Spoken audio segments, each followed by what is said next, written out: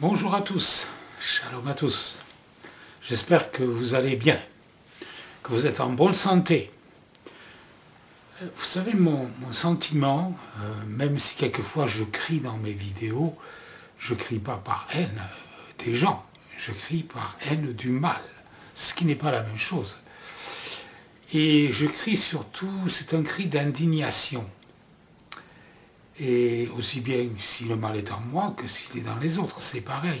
Parce que le mal, le péché, comme l'appelle la Bible, détruit l'être humain. Donc il y a de quoi s'indigner, il y a de quoi crier. Et trop de gens sont compatissants avec le mal. Le mal, c'est un serpent venimeux, qui va vous inoculer un venin mortel. La Bible dit, le salaire du péché, c'est la mort. Et ce serpent, il est en chacun de nous, depuis notre naissance. Donc, nous devons tout faire pour l'éliminer. Il y a un antipoison que le Seigneur nous donne, et c'est le sang de Jésus-Christ, Yeshua, qui est mort sur la croix pour nos péchés. Si nous lui faisons confiance, il va nous aider à surmonter le mal qui est dans notre cœur. Et quelquefois, ça prolonge la vie des gens de se débarrasser du péché, du mal. Quand on vit dans le péché volontairement, la plupart du temps, souvent, on peut raccourcir sa vie. Et c'est vrai qu'il y a des pécheurs qui vivent longtemps. Alors ça, on ne sait pas pourquoi, mais c'est Dieu qui décide. Mais ils auront à rendre compte à Elohim, à Dieu, après leur mort et lors du jugement dernier. La Bible dit « Crois au Seigneur Jésus et tu seras sauvé ». Alors, qu'est-ce que ça veut dire croire au Seigneur Jésus? Il y a beaucoup de gens qui croient au Seigneur Jésus, qui disent « Seigneur, je crois en toi ». Vous savez, l'apôtre Jacques dit « Les démons croient et ils tremblent ». Yeshua a dit « Tous ceux qui me disent Seigneur n'entreront pas dans le royaume des cieux ». La véritable foi va de pair avec l'obéissance. On ne peut pas avoir la foi si on désobéit. Si Dieu vous dit de faire quelque chose et que vous fassiez le contraire, vous n'avez pas la foi. La foi sans les œuvres, dit Jacques, est morte. Elle ne sert à rien. Vous pouvez croire que Dieu existe, que Dieu est bon, que Dieu est puissant, que Yeshua est le Fils de Dieu, qu'il est mort sur la croix pour vos péchés et être perdu pour l'éternité. Ce n'est pas le fait de croire avec la tête qui va vous sauver. C'est le fait d'obéir. Car il n'y a pas de foi sans obéissance. Et la Bible dit qu'il n'y a pas de salut sans repentance. Qu'est-ce que la repentance? La repentance, c'est tourner le dos à sa vie passée, sa vie de péché, sa vie de transgression de la loi, de la Torah. Parce que la Bible dit bien que le péché, c'est la transgression de la loi, dit Jacques. Donc ne pas pécher, eh bien, c'est ne pas transgresser la loi. N'en déplaise à certains qui disent qu'on n'est plus sous la loi. Si, on est sous la loi. On est sous la loi, on a toujours été sous la loi, on l'est encore, parce que certains prennent les 10 commandements et pas le reste. Vous savez, la loi, ça ne se divise pas, les 10 commandements d'un côté, puis la loi de l'autre. C'est un tout, la loi. Ou on est sous la loi, ou on n'y est pas. Si on n'est pas, ben on fait ce qu'on veut, on vit comme le diable. Si on est sous la loi, on obéit aux commandements. Yeshua a dit... si vous m'aimez, gardez mes commandements. De quels commandements il parle? Il parle des 10 commandements, mais il parle aussi du reste, c'est-à-dire des fêtes de Dieu, que Dieu a instituées. Et alors, vous savez, au fur et à mesure que le temps est passé, l'Église catholique romaine a changé beaucoup de choses. Elle a éliminé le Shabbat, elle a même persécuté les gens qui faisaient Shabbat. Donc petit à petit, on a imposé le dimanche en disant « Regardez, ils se réunissaient le premier jour de la semaine ». Ouais, mais le premier jour de la semaine, comme je l'ai déjà dit dans d'autres vidéos, ils ne se réunissaient pas pour faire Shabbat, ils se réunissaient pour manger en commun. Parce qu'au début, c'était pas comme maintenant. Les chrétiens se mettaient ensemble et ils faisaient des repas en commun. Et toutes les semaines, ils se réunissaient pour manger. Ils rompaient le pain, parce que rompre le pain, ça ne veut pas dire prendre la Sainte Seine. La Sainte Seine, il la prenait une fois par an. C'est-à-dire, c'était la Pâque. Regardez bien la Bible, c'est pas dit qu'il la prenait toutes les semaines, la Sainte Seine. Bon, quand Paul dit, quand vous prenez le repas du Seigneur, il ne dit pas que c'est toutes les semaines. C'est une fois par an. C'est la Pâque, le repas du Seigneur. Maintenant, on l'a institué toutes les semaines dans les églises. Mais c'est une erreur doctrinale, une erreur d'interprétation, parce que ce n'est pas écrit. C'est pas écrit que c'est toutes les semaines. C'est une fois par an uniquement. Après, quand ils rompaient le pain, c'était, ils se réunissaient pour manger en commun. En commun.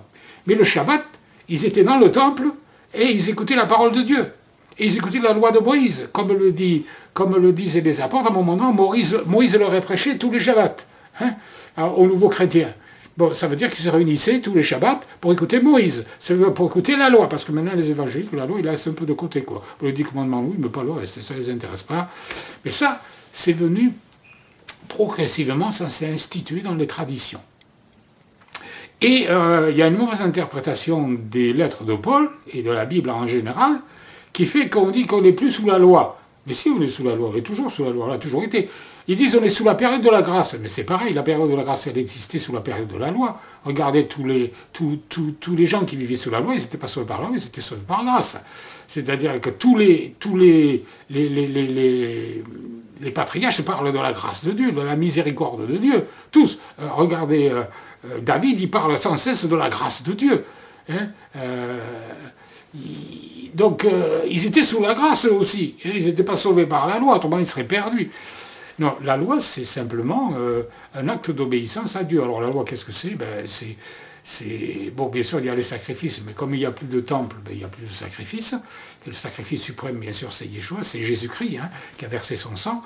Mais il est clairement montré que même les disciples faisaient encore des sacrifices. Regardez Paul, à un moment donné, il est allé dans le temple, il a fait un vœu, il a fait des sacrifices. Donc, c'est qu'il les faisait encore. Il ne les avait pas enlevés.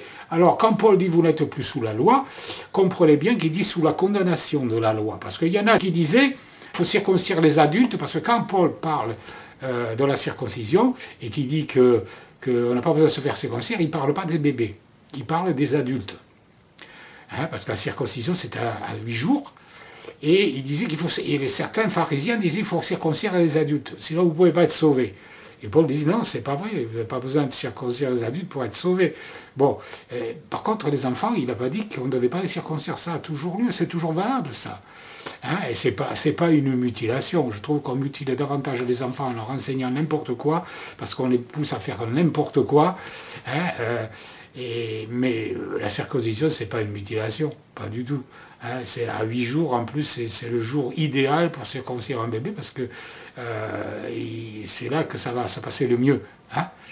Donc, non, c'est pas une mutilation, c'est une petite opération que les Israélites ont pratiquée pendant des centaines d'années, et ça n'a jamais tué personne.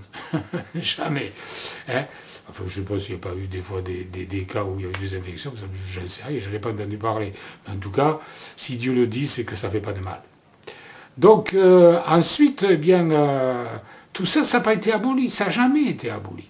Jamais. C'est comme manger cachère. Il y en a qui disent, ouais, il revient à cache-croûte. Ben, évidemment, parce que manger cachère, ça veut dire manger sain, ça veut dire manger pur. Parce que impur, ça veut dire impur. Le mot impur, ça veut dire, dans le texte hébreu, ça veut dire aussi contaminé. C'est-à-dire que Dieu, il a créé des animaux, il en a créé bons pour la consommation, et puis d'autres qui ne sont pas bons pour la consommation, parce qu'ils ont une autre fonction dans la nature. Il les a créés pour quelque chose.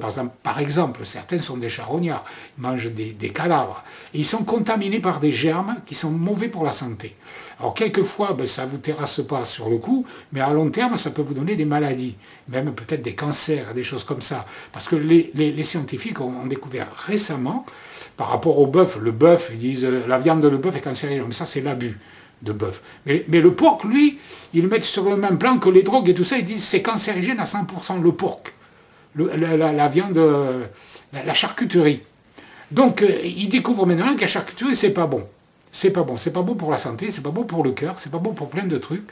Et si Dieu l'interdit, bon, les musulmans l'ont repris, mais les musulmans ont de mauvaises choses, mais ils en ont de bonnes aussi. C'est un mélange. Parce qu'ils se sont servis de la religion israélite, les musulmans. Ils ont pris de la religion israélite, ils ont mélangé avec la leur. Donc on retrouve un peu de ce qu'il y avait chez les Israélites. Par contre, ils mangent du chameau, le chameau, c'est pas cachère. Quand une viande n'est pas cachère, ça veut dire qu'elle est contaminée, qu'elle n'est pas bonne pour la santé. Donc, si, maintenant, il y a tout un commerce autour du porc et des autres viandes qui sont pas bonnes à manger, mais ça ne veut pas dire que c'est bon, ça ne veut pas dire qu'on a raison de le faire. Alors bien sûr, il y a tellement de milliards qui sont en jeu qu'on ne va pas changer la société comme ça, c'est pas vrai. Mais les gens sont ignorants de ça, ils ne savent pas. Donc, alors tout est devenu pur. Alors, parce qu'il y en a qui disent aussi, Paul dit que tout ce que Dieu a créé est bon. Des fois, ils nous le sortent dans des conversations sur les forums. Regardez, il y a écrit que tout est bon. Tout ce que Dieu a créé est bon. Oui, mais ça, c'est du mauvais littéralisme. Parce que si tout ce que Dieu a créé est bon, ça veut dire qu'on peut manger que tout ce que Dieu a créé. Alors, ça englobe beaucoup de choses. Dans ce que Dieu a créé, il y a les plantes. Alors, si vous mangez n'importe quelle plante, vous allez vous empoisonner, parce qu'il y a des plantes qui sont de vrais poisons. Si vous mangez tout ce que Dieu a créé, alors une fois, Facebook a enlevé une de mes images où j'avais mis un champignon vénéneux et j'avais écrit tout ce que Elohim a créé n'est pas bon à manger. Je ne sais pas pourquoi ils m'ont supprimé cette image. Je ne comprends pas parce que j'encourage les gens à ne pas manger des champignons vénéneux et eux ils disent que c'est pas bien de faire ça. Il faudrait qu'ils m'expliquent pourquoi. Bon, j'ai pas rouspété, je l'ai enlevé. Je cherche à faire des problèmes avec ça, on n'en sort pas. Mais alors je ne comprends pas parce que j'essaie de faire comprendre aux gens que lire la Bible littérale comme ça, c'est mal interpréter la Bible, parce que non, c'est pas vrai que tout ce que Dieu a créé est bon. C'est pas vrai. Et qu'est-ce que Paul dit là? Eh bien, Paul, il dit, tout ce que Dieu a créé est bon, sous-entendu, parmi ce qui est consommable. Parce que les gens à qui il parlait, ils savaient de quoi il parlait, Paul. C'était évident pour eux que Paul ne parlait pas des viandes impures, qu'il parlait des viandes que tout ce que Dieu a créé, parce qu'il s'agissait des viandes sacrifiées aux idoles. Alors les gens, ils avaient peur que la viande soit sacrifiée à une idole. Et Paul dit, bon, mais vous vous occupez pas de l'idole, parce que tout ce que Dieu a créé, qui est cachère, est bon. Parce que le qui est cachère, il est induit dedans. Hein. Il n'est pas dit, mais il est induit. Autrement, si Paul dit que tout est bon, ben, ça veut dire Paul dit, ben, allez-y, mangez de tout, vous vous empoisonnerez jamais. Et c'est pas vrai. Vous savez bien que c'est pas vrai. Bon, alors moi, j'essaie pas de faire dire aux évangéliques ce qu'ils n'ont pas dit, mais j'essaie de leur faire comprendre qu'ils interprètent mal la Bible. J'espère que vous m'en voulez pas trop de dire que les champignons vénéneux ne sont pas bons à manger, parce que c'est vrai que tout ce que Dieu a créé n'est pas bon à manger. Alors, bien sûr, évidemment, ils le savent. Je sais qu'ils le savent, mais c'est pour leur faire voir. Alors des fois, je suis un peu provocateur pour montrer que, parce qu'ils provoquent en interprétant les versets de travers. Ça, c'est la provocation. Et puis, les gens, après, ils mangent n'importe quoi et ils sont malades. Alors, pas du jour au lendemain. Regardez, les huîtres, c'est pas caché dans la Bible. Les moules non plus. Vous savez voir, depuis que les gens consomment ça, il y a eu pas mal de morts avec ça. Parce que ça véhicule des germes mortels. Alors, vous allez en manger pendant des années, vous n'allez rien avoir. Puis un jour, ça va vous tomber dessus, peut-être. Je ne le souhaite pas. Mais Dieu dit non, ne mangez pas. Il dit, regardez-les comme abominables. Abominables, parce que justement, ils sont dangereux. Voilà. Alors j'espère que vous ne m'en voudrez pas de vouloir protéger votre santé en vous disant qu'il faut manger cachère. D'accord, hein? Ne m'en veuillez pas. Soyez gentils. D'accord. Moi, je vous veux du bien, je ne vous veux pas du mal. Hein? Voilà. Allez, priez pour moi, et puis moi, ce que je souhaite, c'est que le monde entier soit sauvé, que le monde entier soit heureux, que le monde entier suive Yeshua, Jésus-Christ, Yahweh, Elohim.